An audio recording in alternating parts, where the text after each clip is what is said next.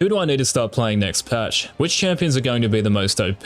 Welcome GameLeapers, I'm KHA'ZIX, a multi-season challenger player now coach, and in this video you are going to learn who the 20 best champions are going to be in 1025. Riot released the 1025 preview today, so strap yourselves in, this is going to get spicy. By the way, let me know in the comments what champions you think will be OP, and did your champion get buffed or nerfed? Are you guys happy, sad, whatever? A lot of questions there, but yeah, let us know. Also like the video. Starting us off at number 20, the most oppressive mid laner in the game, or one of the most, will be even harder to deal with next patch, and that's LUCIAN, our number 20 pick. LUCIAN's win rate may not be high at the moment, he's picked a lot and is hard to fully master, but to those who know their way around the rift on the Purifier, you will be a lot happier next patch. Kraken Slayer's attack damage is increasing to 70 from 65, Essence Reaver's AD is increasing to 55 from 50. These are LUCIAN's core items along with Navori Quickblades, so you will be hitting harder come 1025. If you like playing a high risk, high reward champion, next patch, LUCIAN will be a great choice. I'm sure you're sick of hearing this champion, or maybe you're a fan of little green squares. At number 19 it's Amumu. The Bandage Tosser has arguably been the most talked about champion in League recently, and there's a reason why. He's broken. So if you want an easy to play, crowd control, heavy engaging tank, then the Sad Mummy is still one of the best junglers to pick. Barmy Cinder will cost a little bit more gold, 1100 instead of 1000, and Sunfire Aegis will grant 350 health instead of 450 for the same price. These are nerfs of course, but the reason Amumu and Co are so good is because of the damage they deal as the beefiest champions in the game. Your damage to monsters remains the same, so your clear speed is unaffected, and the rest of the tank items will be untouched. Keep picking the Sad Mummy in 1025, you cannot go wrong. Bushfiring his way to number 18 on our list is Brand. The Burning Vengeance has the second highest support win rate in this patch and will still be causing havoc in 1025. Leandri's Anguished, untouched. Demonic Embrace, untouched. You will still shred through tanks and shred through barons and dragons. Brand unfortunately won't benefit from all the support item buffs coming in 1025, but his kit will still be as obnoxious as ever. Press R with Dark Harvest and you win teamfights with your index finger. Spinning her way in at our number 17 spot is KATARINA. But coach, none of our AP items got buffed for Cat. You'd be right, but Cat's on our list because I'm talking about AD Cat. The Sinister Blade now applies on-hit effects, and not only that, her ultimate now deals both magic and physical damage with each dagger thrown. This also scales off her attack speed. Your best mythic item, Kraken Slayer, that grants on-hit bonuses that proc on every third dagger Cat throws, has an extra 5 AD for next patch. Two other items you can build on AD Cat are also receiving some love, Essence Reaver and Phantom Dancer. It sounds crazy, but the damage you dish out is actually nuts, and it will be even nuttier when 1025 drops. The scariest out of all the supports is at number 16, and that's Leona. If you want to crush bot lane, then there is one answer: the Radiant Dawn. Next patch, your go-to mythic, Locket of the Iron Solari, will be cheaper, so you'll be shielding your allies earlier in games, and Zeke's Convergence is receiving an overall buff. You will lose a little health and armor, but marked enemies will be dealt more damage by your teammates' attacks and abilities. On a champion like Leona, think of all those poor ADCs and mid laners you immobilize. They will hit the deck quicker than ever in 1025. If you like game-winning engages and crowd control, then don't miss out on playing Leona after the 9th of December. Everyone's favorite assassin is next on the list. That's AKALI, our 15th pick.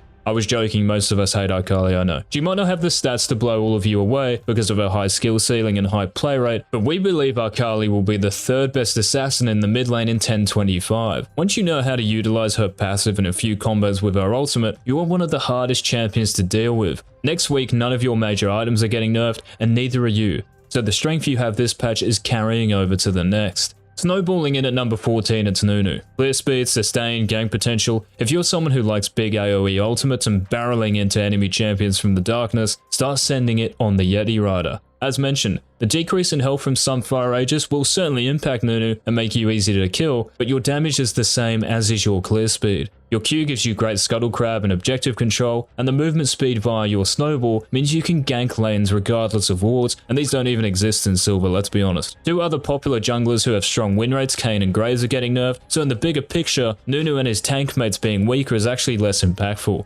You are still a great all-around pick. Next up in the countdown at number 13 is CAMILLE. Nothing is helping CAMILLE out next patch, but nothing is nerfing her insane damage more importantly. As the Steel Shadow, your Q damage is off the charts with the mythic Divine Sunderer. It helps you decimate dominant top laners at the moment like Shen and Sion, and enhances your Precision Protocol's crazy late game damage. Sunderer plus Hydra plus Death Stance, what do you get? A 75% win rate in Master and above. CAMILLE may be sitting at a 51% win rate this patch overall, which is still in the top 25, but her power is going unrecognized and is there for all of you to use next patch. The strongest champion at the start of the preseason is rising back up the ranks. At number 12, it's VIKTOR. You VIKTOR players out there may not be as happy as you were when you had like a 56% win rate, whatever it was, but you're still strong with a 53%er. And this win rate will be even better next patch because VIKTOR's core mythic, Luden's Tempest, is getting buffed. Despite losing 4 magic penetration, big deal, an extra 10 ability haste is more than enough compensation. When you have your upgraded death ray, you can spam this more as well as your other spells in lane and in teamfights.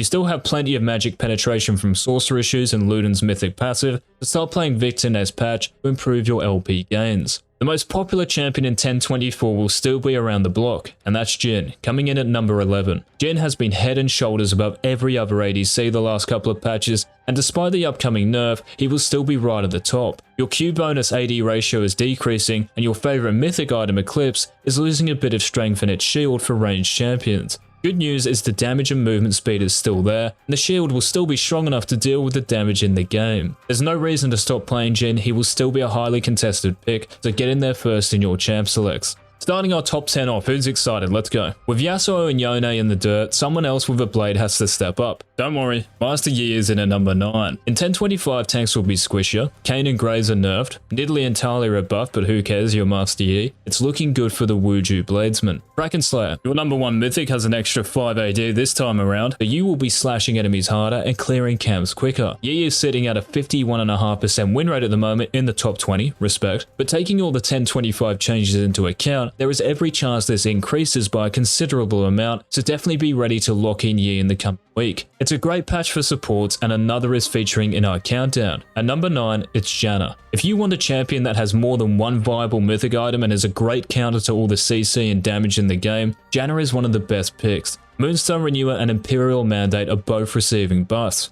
Moonstone's initial heal is stronger but scales for less, while Mandate's allied damage proc is a lot stronger. Each will cost 2500 gold instead of 2700, and both will still be awesome choices. If your team needs more utility, go with Moonstone. If you want to dominate lane and snowball the rest of your game, go with Mandate and W like nothing else.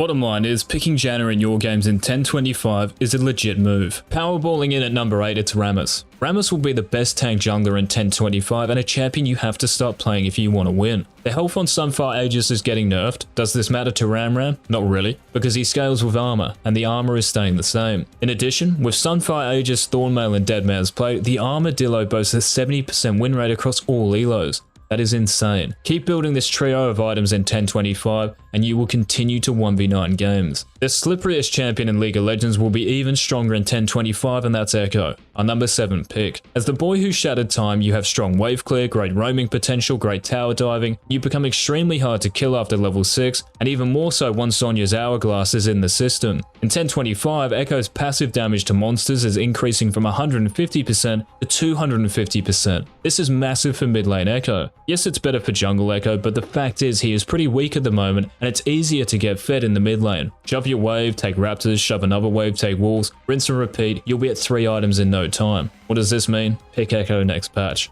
The best ADC of 1025 is making noise at our number 6 spot, Misfortune. It's a sad patch for ADCs despite the so-called buffs, but anyway. Because JHIN is losing a little bit of power, Misfortune will prevail as the top marksman next patch. You will still feel the nerfs to Eclipse and the Collector the same as JHIN, but your damage to enemy champions will remain the same, so there's no need to fret. The movement speed is still there from Eclipse and Ghostblade, the lethality is still there, your engine will be as powerful as ever, so pick Misfortune in the bot lane to reign superior. Before we get into the top 5 game leapers, do not forget to subscribe to the channel and turn on all notifications so you don't miss any of our daily videos. That's right, they are daily, so do yourself a favor and sub away. Alright, here we go. Hopefully you understood everything I just said. The highest win rate support of 1024 will continue to dominate in 1025, and that's NAMI. Why is NAMI the best? Imperial Mandate. The support mythic's passive procs on NAMI's E, so when you empower your ally with Tidecaller's Blessing, their damage is enhanced by both parts of coordinated fire. Mandate's passive. And we've already said the next patch Mandate is cheaper, and your allies deal more damage.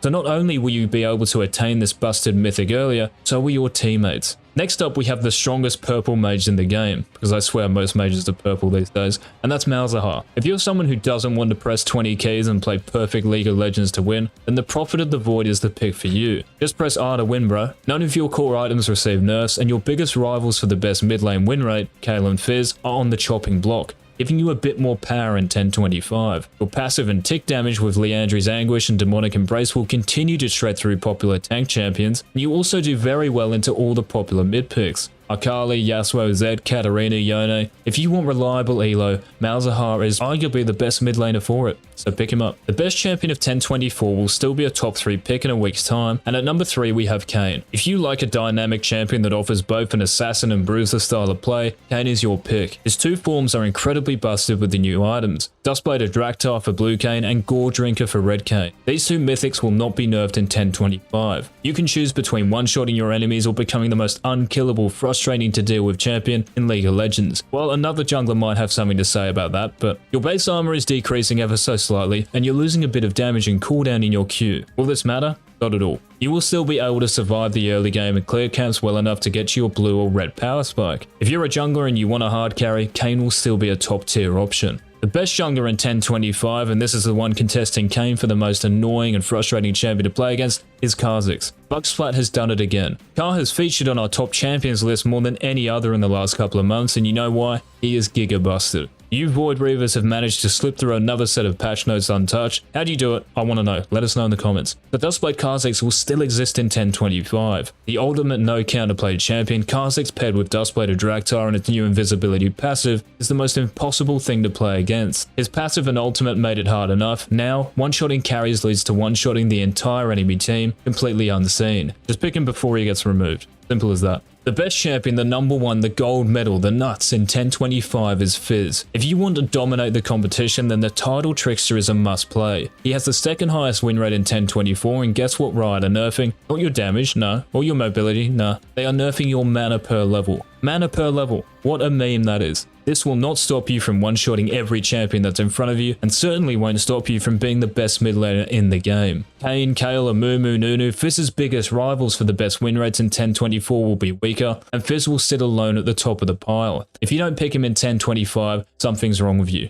He will be that freelo. If you want to make the most out of 1025, incorporate these picks into your champion pool and you will be flying in 1025, guys, I assure you. GameLeap.com. Remember those 4 syllables. Our website is the market leader in providing you with the best League of Legends content designed to help all of you reach your potential. Hundreds of videos, courses, guides, you name it, just one click away, so join thousands of others and get signed up. Links in the description and comments section. This has been KHA'ZIX. Until next time. Peace.